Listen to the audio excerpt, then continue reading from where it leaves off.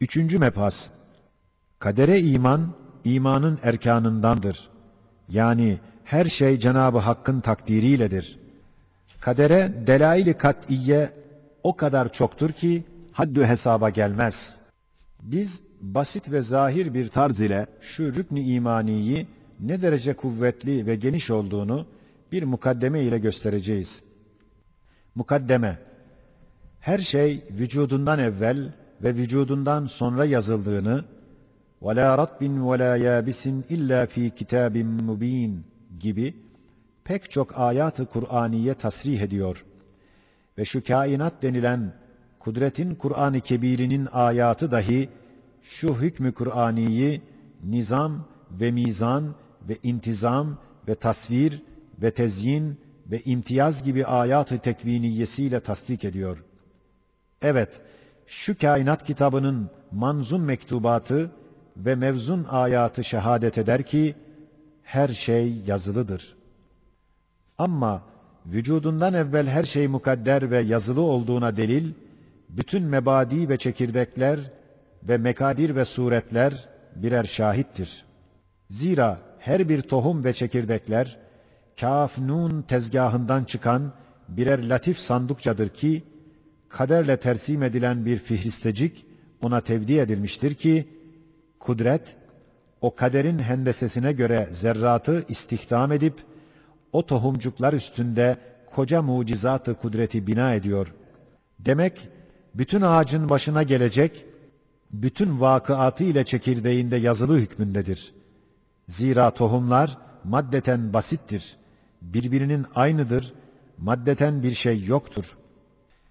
Hem her şeyin miktar-ı muntazaması, kaderi vazahan gösterir.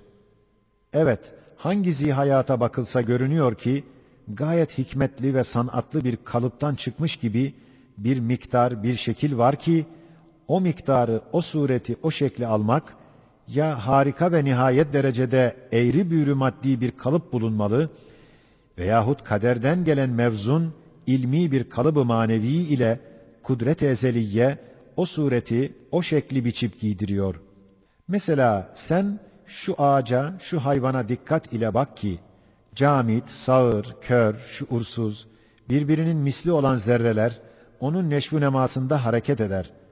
Bazı eğri büğrü hudutlarda, meyve ve faidelerin yerini tanır, görür, bilir gibi durur, tevakkuf eder. Sonra başka bir yerde, büyük bir gayeyi takip eder gibi yolunu değiştirir. Demek, kaderden gelen miktar-ı manevinin ve o miktarın emri manevisiyle zerreler hareket ederler. Madem maddi ve görünecek eşyada bu derece kaderin tecelliyatı var, elbette eşyanın mürûr-u zamanla giydikleri suretler ve ettikleri harekat ile hasıl olan vaziyetler dahi bir intizam-ı kadere tabidir. Evet, bir çekirdekte hem bedihi olarak irade ve evamir-i tekviniyenin unvanı olan Kitab-ı Mübin'den haber veren ve işaret eden, hem nazari olarak emir ve ilmi ilahinin bir unvanı olan İmam-ı Mübin'den haber veren ve remzeden iki kader tecellisi var. Bedihi kader ise o çekirdeğin tazammun ettiği ağacın maddi keyfiyat ve vaziyetleri ve heyetleridir ki sonra göz ile görünecek. Nazari ise o çekirdekte ondan halk olunacak ağacın müddeti hayatındaki geçireceği tavırlar, vaziyetler, şekiller, hareketler, tesbihatlardır ki tarihçi hayat namıyla tabir edilen vakit be vakit değişen tavırlar, vaziyetler, şekiller, fiiller, o ağacın dalları, yaprakları gibi intizamlı birer kaderi miktarı vardır. Madem en adi ve basit eşyada böyle kaderin tecellisi var, elbette umum eşyanın vücudundan evvel yazılı olduğunu ifade eder ve az bir dikkatle anlaşılır. Şimdi vücudundan sonra her şeyin sergüzeşti hayatı yazıldığına delil ise, alemde Kitab-ı Mübin ve İmam-ı Mübin'den haber veren bütün meyveler ve levh-i mahfuzdan haber veren ve işaret eden insandaki bütün kuvve-i hafızalar birer şahittir, birer emaredir. Evet, her bir meyve, bütün ağacın mukadderat-ı hayatı, onun kalbi hükmünde olan çekirdeğinde yazılıyor. İnsanın sergüzeşti hayatı ile beraber, kısmen alemin hadisat-ı maziyesi, kuvve-i hafızasında öyle bir surette yazılıyor ki, güya hardal küçüklüğünde bu kuvvecikte dest-i kudret, kalemi kaderiyle insanın sayfi amalinden küçük bir senet istinsah ederek, insanın eline verip dimağının cebine koymuş. Ta muhasebe vaktinde onunla hatırlatsın. Hem ta mutmain olsun ki bu fena ve zeval hercümercinde beka için pek çok ayneler var ki Kadir-i Hakim zaillerin hüviyetlerini onlarda tersim edip ipka ediyor. Hem beka için pek çok levhalar var ki Hafiz-i Alim fanilerin manalarını onlarda yazıyor. Elhasıl madem en basit ve en aşağı dereceyi hayat olan nebatat hayatı bu derece kaderin nizamına tabidir, elbette en yüksek dereceyi hayat olan hayat-ı insaniye bütün teferruatıyla kaderin mikyasıyla çizilmiştir ve kalemiyle yazılıyor. Evet, nasıl katreler buluttan haber verir, reşhalar su menbaını gösterir, senetler, cüzdanlar bir defteri kebirin vücuduna işaret ederler.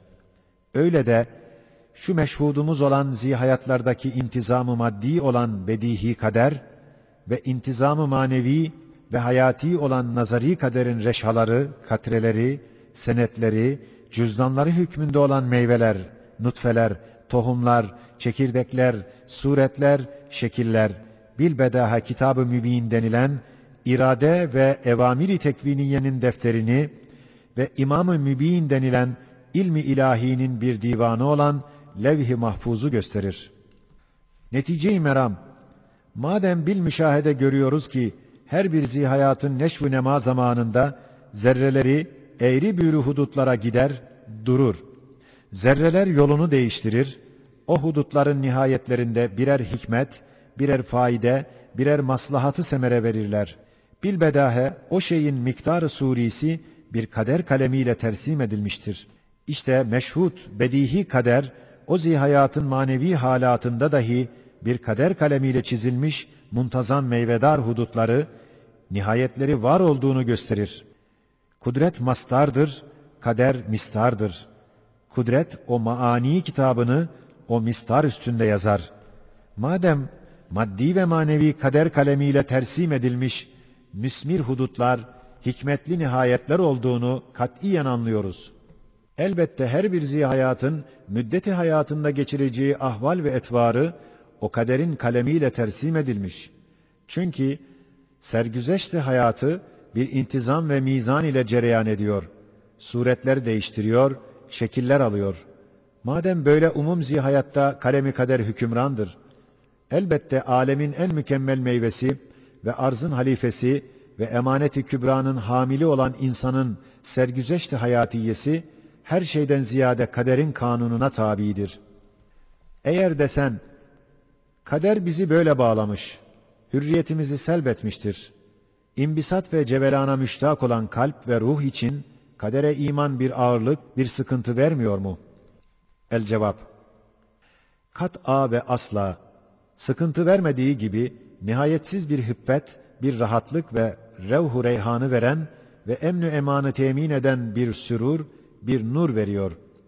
Çünkü insan kadere iman etmezse, küçük bir dairede cüz'i bir serbestiyet, muvakkat bir hürriyet içinde dünya kadar ağır bir yükü biçare ruhun omuzunda taşımaya mecburdur. Çünkü insan bütün kainatla alakadardır. Nihayetsiz makasıt ve metalibi var. Kudreti, iradesi, hürriyeti milyondan birisine kafi gelmediği için çektiği manevi sıkıntı ağırlığı ne kadar müthiş ve muvahhiş olduğu anlaşılır. İşte kadere iman bütün o ağırlığı kaderin sefinesine atar, kemali rahat ile ruh ve kalbin kemali hürriyetiyle kemalatında serbest cevelanına meydan veriyor. Yalnız nefs-i emmarenin cüz'i hürriyetini selbeder ve firavniyetini ve rububiyetini ve keyfe mayeşa hareketini kırar. Kadere iman o kadar lezzetli, saadetlidir ki tarif edilmez. Yalnız şu temsil ile o lezzete ve o saadete bir işaret edeceğiz. Şöyle ki, iki adam bir padişahın payitahtına giderler. O padişahın mahalli garayip olan has sarayına girerler. Biri padişahı bilmez. O yerde gasıbane, sarikane tavattun etmek ister. Fakat o bahçe, o sarayın iktiza ettikleri idare ve tedbir ve varidat ve makinelerini işlettirmek ve garip hayvanatın erzakını vermek gibi zahmetli külfetleri görür, mütemadiyen ıstırap çeker. O cennet gibi bahçe, başına bir cehennem gibi oluyor. Her şeye acıyor, idare edemiyor. Teessüfle vaktini geçirir. Sonra da o hırsız edepsiz adam, tedip suretiyle hapse atılır. İkinci adam, padişahı tanır, padişaha kendini misafir bilir. Bütün o bahçede, o sarayda olan işler, bir nizam-ı kanunla cereyan ettiğini, her şey bir programla, kemal-i suhuletle işlediğini itikad eder. Zahmet ve külfetleri padişahın kanununa bırakıp, kemal-i safa ile o cennet misal bahçenin bütün lezzetlerinden istifade edip, padişahın merhametine ve idare kanunlarının güzelliğine istinaden her şeyi hoş görür.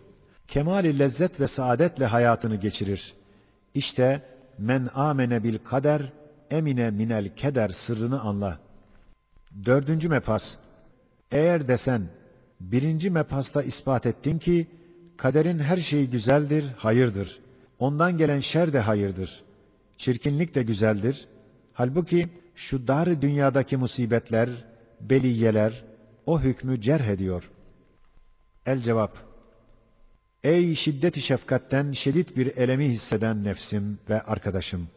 Vücut, hayr-ı mahz, adem, şerr-i mahz olduğuna, bütün mehasin ve kemalatın vücuda rücuu ve bütün maasi ve mesaib ve nekaisin esası adem olduğu delildir. Madem adem şerr-i mahzdır, ademe müncer olan veya ademi işmam eden halat dahi şerri tazammun eder. Onun için vücudun en parlak nuru olan hayat, ahval-i muhtelife içinde yuvarlanıp kuvvet buluyor. Mütebayin vaziyetlere girip tasaffi ediyor ve müteaddit keyfiyatı alıp matlub semeratı veriyor ve müteaddit tavırlara girip vahibi hayatın nukuşu esmasını güzelce gösterir. İşte şu hakikattandır ki zihayatlara alam ve mesaib ve meşakkat ve beliyat suretinde bazı halat arız olur ki o halat ile hayatlarına envar-ı vücut teceddüd edip zulümat-ı adem tebaüt ederek hayatları tasaffi ediyor. Zira tevakkuf, sükûnet, sükût, atalet, istirahat, yeknesaklık, keyfiyatta ve ahvalde birer ademdir. Hatta en büyük bir lezzet, yeknesaklık içinde hiçe iner. Elhasıl, madem hayat, Esma-i Hüsna'nın nukuşunu gösterir, hayatın başına gelen her şey hasendir. Mesela gayet zengin, nihayet derecede sanatkar ve çok sanatlarda mahir bir zat, asar-ı sanatını hem kıymetdar servetini göstermek için adi bir miskin adamı modellik vazifesini gördürmek için bir ücrete mukabil 1 saatte murassa, musanna yaptığı gömleği giydirir, onun üstünde işler ve vaziyetler verir, tebdil eder. Hem her nevi sanatını göstermek için keser, değiştirir, uzaltır, kısaltır. Acaba şu ücretli miskin adam o zata dese, bana zahmet veriyorsun, eğilip kalkmakla vaziyet veriyorsun, beni güzelleştiren bu gömleği kesip kısaltmakla güzelliğimi bozuyorsun demeye hak kazanabilir mi? Merhametsizlik, insafsızlık ettin diyebilir mi?